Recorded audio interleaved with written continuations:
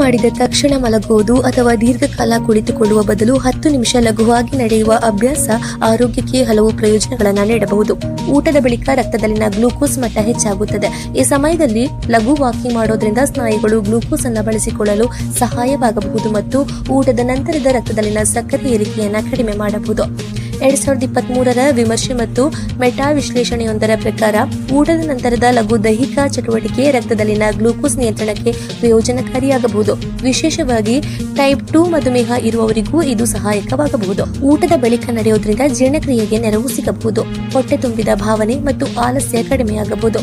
ಊಟದ ಬಳಿಕ ತಲಾ 10 ನಿಮಿಷ ನಡೆಯೋದ್ರಿಂದ ಒಟ್ಟು ದೈಹಿಕ ಚಟುವಟಿಕೆಯ ಪ್ರಮಾಣವು ಹೆಚ್ಚುತ್ತದೆ. ಇದು ದೀರ್ಘಕಾಲದ ತೂಕ ನಿಯಂತ್ರಣಕ್ಕೂ ಸಹಕಾರಿಯಾಗಬಹುದು. ಹೀಗಾಗಿ ಊಟದ ನಂತರ ತಕ್ಷಣ ಮಲಗುವ ಬದಲು 10 ನಿಮಿಷ ನಿಧಾನವಾಗಿ ನಡೆಯುವ ಅಭ್ಯಾಸ ಬೆಳೆಸಿಕೊಳ್ಳುವುದು ಸರಳ ಹಾಗೂ ಉಪಯುಕ್ತ ಆರೋಗ್ಯ ಕ್ರಮವಾಗಬಹುದು.